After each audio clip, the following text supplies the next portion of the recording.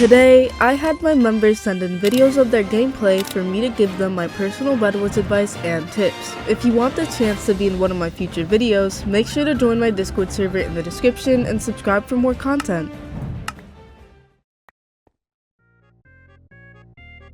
So instead of getting a stone sword, he decides to get a wood pickaxe and a wood axe, which most people don't usually do. That was a really clean block off, I'm not gonna lie. Getting the hit at the end also prevented having to fight White twice because he could get the bed before White actually fell into the void. I really like how he's checking F5 constantly, and especially after seeing someone who could be going for his bed right now. If we take a look at the scoreboard, Red actually took their first rush out, so it wouldn't be too out of the ordinary to imagine that Red would go for his bed. One thing I will say, which I learned from Banji, is to try and avoid bridging to diamonds from your side rush instead of your main island. This is because people can take diamonds and M's to your side rush and avoid having to fight you to bank them, and you can also get side rush throughout the game. Checking F5 comes in handy here because we can see that Pink is actually headed to his side base, which we wanted to avoid. Pause. This is the #1 mistake in the entire game. If your back is to your base and you see an opponent positioned to the side of the bridge, it's likely that they're going to skip you for your bed with a fireball jump. Try to avoid jumping off the bridge to fight unless you're 100% sure they don't have a fireball. So he gets skipped here, but I'm honestly pretty confident that he could have saved his bed if hypixel's fireball mechanics weren't weird and inconsistent.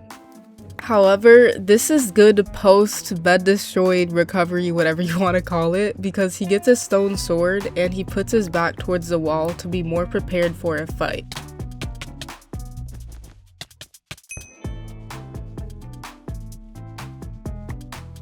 So the best thing to do after losing your bed is definitely to get resources like diamonds and emeralds so you can be more prepared for a fight. After collecting those, he runs back to his base and he's still checking F5 to be aware for fireballs or footsteps. Luckily, Red got Pink's bed, so now he only has to be prepared for PvP and not for breaking a bed. So he full pots here, but then he sees that there isn't a completed bridge to Pink Island, and then also, Pink isn't even here. Before potting on someone, you should always have a path planned out before you drink the pots. This is because you don't want to waste the 30 and 45 seconds that you get after drinking a pot. Another tip for when you're potting up without speed, you should probably pot up closer to your destination. This is because if you're just potting up with invis, then you're only going to be moving at normal speed and you'll only have 30 seconds to get to your destination. Also, if you're potting up with jump, that will significantly slow your movement down, so you're going to want to account for that.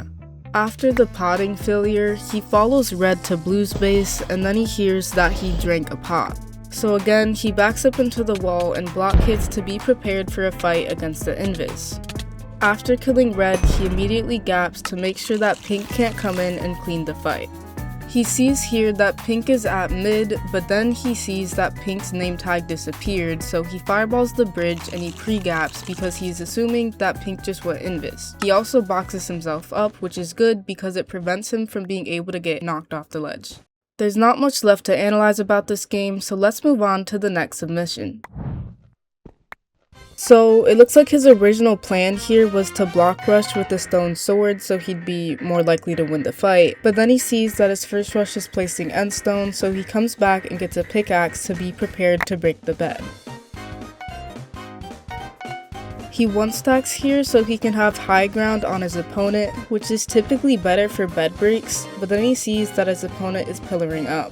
It's really smart that he didn't jump down for the bed here because White could have easily skipped him and gone for a bed trade as they had high ground. Instead, he baits White into jumping down and reduces his KB by placing blocks behind him. He pre-gaps to be prepared for a fight and cleanly blocks off his opponent's momentum, leading for an easy first rush elimination. Instead of getting these diamonds back, he realizes that Gray is bridging to his base, so he prepares for a fight instead of giving Gray a chance to break his bed. If he were to lose the fight here, he'd still have some extra time before Gray got to his bed while he respawns, giving him a chance to save it. Before taking these diamonds to his side base, he makes sure no one is going for his bed so he can be better prepared to defend it if someone is. Again, this ties into being aware of your surroundings. Seeing that the final 3 teams are all gathered at mid, he repositions himself to be better prepared for a fight. This repositioning allows for a clean fireball jump to prevent Gray from skipping for his bed. He pre-grabs once again and heavily abuses his low ground advantage here.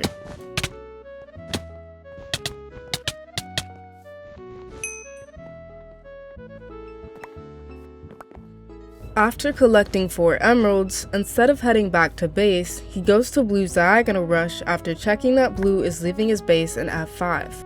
This is leaving his bed undefended for Gray or Blue to break it. However, at the same time, he'll be breaking Blue's bed. This is what's called a bed trade. You want to avoid bed trades at all costs unless you're extremely confident in your mechanics and PvP skills. Beds are extremely useful in bedwars because they give you infinite lives. As he's collecting more resources, he sees that Gray is chasing him from behind. He takes 3 crucial steps to prepare for a fight with Gray. First, he builds himself a head hitter. Head hitters can be a big advantage in PvP scenarios. Head hitters minimize the maximum height you gain while jumping, meaning you hit the ground faster, allowing you to move forward in a shorter amount of time. In other words, he can use this to gain more momentum than his opponent during the fight, which is almost always better in PvP. Next, he pre-gaps, giving him an extra 2 hearts and allowing him to regenerate faster for a short amount of time. Lastly, holding right click allows you to block with your sword, cutting the damage you take in half.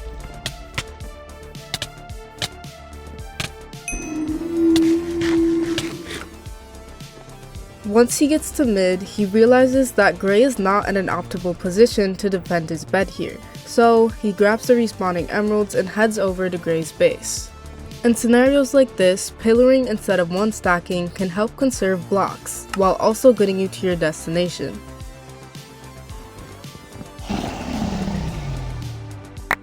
Now that everyone is a final, the main priority is to stay prepared for fights. If you weren't yet aware, you can actually buy trackers for specific teams in bedwars. The tracker tells you the distance and blocks from your opponent, and the compass will point you towards their direction at all times. Trackers can be a great way to counter invisibility when you're a final.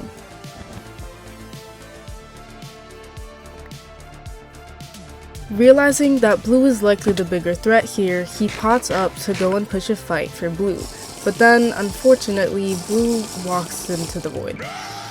Luckily, Gray is right here and he has plenty of time before his pots run out to eliminate Gray and finish the game. As I'm sure you can imagine, he does end up winning this fight, and that will be the final submission for this video. Now, hold on. I know what you might be thinking right now. Strawberries, I sent a game in and it's not in this video, so you lied to me and I hate you and I'm gonna nuke your house!